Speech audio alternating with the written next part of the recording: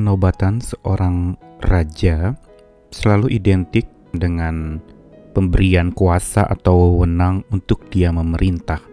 Dan ketika dilimpahkan kuasa untuk memerintah dan wewenang serta otoritas untuk menjalankan kuasa itu, seorang raja biasanya memang akan menjadi begitu bangga dengan kuasa yang dipegangnya.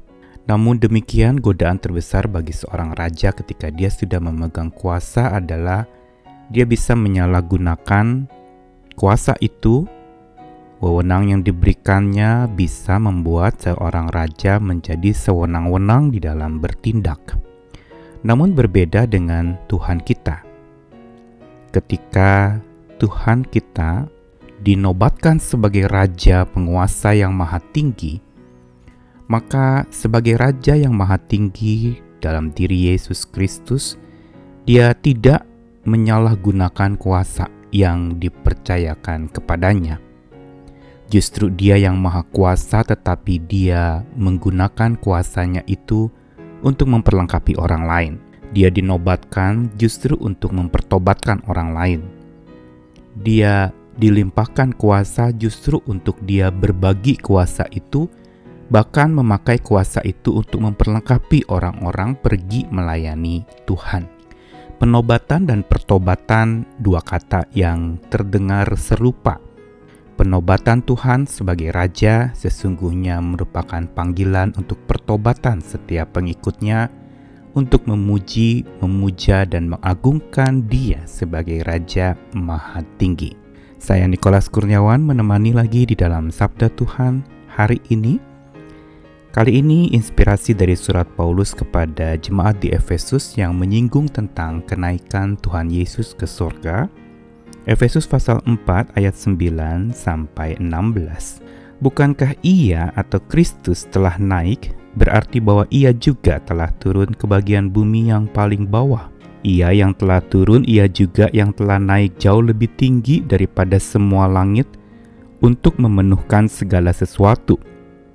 Dan ialah yang memberikan baik rasul-rasul maupun nabi-nabi, baik pemberita-pemberita Injil maupun gembala-gembala dan pengajar-pengajar untuk memperlengkapi orang-orang kudus bagi pekerjaan pelayanan, bagi pembangunan tubuh Kristus, sampai kita semua telah mencapai kesatuan iman dan pengetahuan yang benar tentang Anak Allah, kedewasaan penuh dan tingkat pertumbuhan yang sesuai dengan kepenuhan Kristus.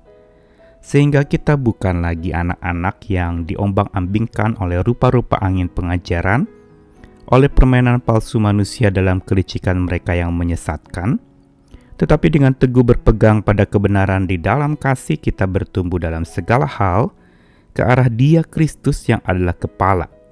Daripadanya lah seluruh tubuh yang rapi tersusun dan diikat menjadi satu oleh pelayanan semua bagiannya, sesuai dengan kadar pekerjaan tiap-tiap anggota, menerima pertumbuhannya dan membangun dirinya dalam kasih. Kenaikan Tuhan Yesus ke surga itu berarti terangkatnya Dia ke tempat yang maha tinggi. Kenaikannya ke surga itu menegaskan bahwa ketika Tuhan diangkat ke tempat yang maha tinggi, sesungguhnya Ia dinobatkan oleh Allah Bapa menjadi Raja yang maha tinggi.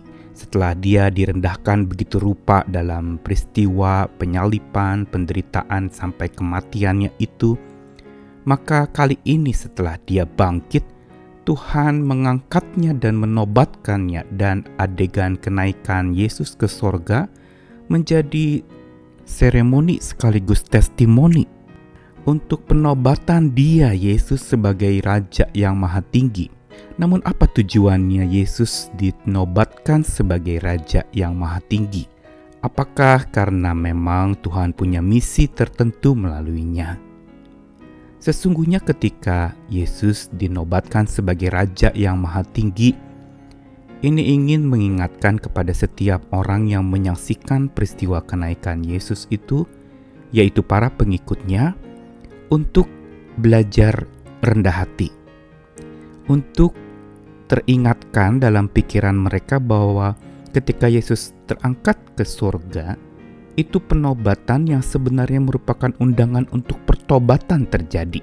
Karenanya kalau kita memperhatikan di dalam Kisah Rasul pasal 1, setelah kenaikan ke surga, selain para murid itu bersekutu, tekun, sehati, berbagi dalam doa bersama, setelah itu ada peristiwa di mana adegan Matias dipilih menggantikan Yudas, ayat 15 sampai dengan ayat yang ke-20-an. Kisah Rasul 1 di situ ditegaskan tentang bagaimana Matias diangkat menjadi pengganti Yudas yang berkhianat. Dan di dalam pesan yang disampaikan dalam peristiwa pergantian itu, ada pesan yang mengingatkan kepada para pengikut Tuhan untuk tidak menjadi seperti Yudas, tetapi untuk belajar menjadi seperti Matias pengganti Yudas yang dipanggil untuk melayani.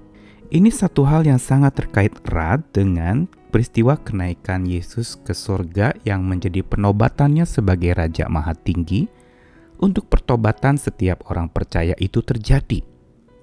Dan ini makin dikukuhkan dalam Efesus bacaan kita tadi pasal 4 ayat yang ke-9 sampai 16, bahwa ketika Tuhan Yesus Kristus itu telah naik, Ia terlebih dahulu juga pernah turun ke bagian bumi yang paling bawah.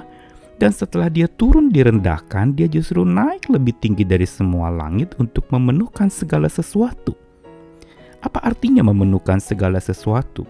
Dia memerintah. Dan dalam pemerintahan serta kuasa yang dia pegang, wewenang yang dipercayakan kepadanya tidak membuat Tuhan Yesus menjadi sewenang-wenang dengan apa yang dia pegang itu. Namun ia memberikan, dikatakan di situ di dalam Efesus, baik rasul-rasul, nabi-nabi, pemberita Injil, penggembala, pengajar, untuk memperlengkapi orang kudus bagi pekerjaan pelayanan.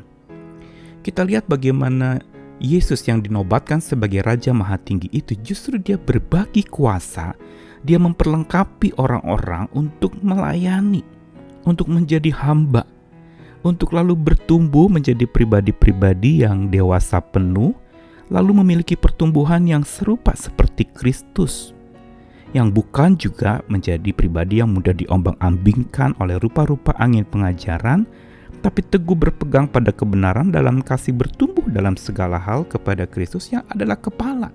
Kembali diingatkan bahwa ketika Kristus naik ke atas surga, Dia adalah kepala segala sesuatu, yang berarti kita sadar kita bukan kepala dan tidak ada satupun dari kita yang pantas untuk dinobatkan sebagai kepala segala sesuatu. Tidak ada satupun dari kita yang pantas juga disebut sebagai raja. Raja gereja mungkin, atau raja apa yang kita sering katakan sebagai orang yang pegang kuasa. Tetapi penobatan Kristus sebagai raja mengajarkan kita untuk terjadinya pertobatan. Karena inilah tujuan dinobatkannya Yesus itu. Penobatannya adalah untuk mempertobatkan semua orang yang hatinya tinggi dan menganggap dirinya lebih tinggi dari orang lain. Ini yang Tuhan ingin ajarkan lewat dua bagian sabda Tuhan, entah di Efesus maupun dalam Kisah Para Rasul, tentang pergantian Yudas oleh Matias. Tuhan mau kita hidup dalam pertobatan, sambil mengakui bahwa Dia yang sudah dinobatkan sebagai Raja atas hidup kita, Dialah yang menjadi soko guru, Dialah yang menjadi pusat utama dalam hidup kita, dan kita adalah pribadi-pribadi hamba yang dipanggil untuk melayani. Dan ini perlu pertobatan.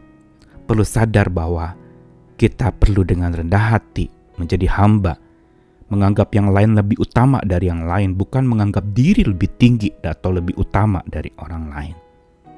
Marilah lewat bacaan hari ini dari surat Efesus, kita belajar untuk bertobat, karena Tuhan kita Yesus Kristus itu sudah dinobatkan sebagai Raja Maha Tinggi. Sembahlah Dia, muliakanlah Dia senantiasa dengan segala apapun kehidupanmu, serahkanlah sepenuhnya kepadanya. Mahkotailah Dia dengan mahkota mulia. Amin.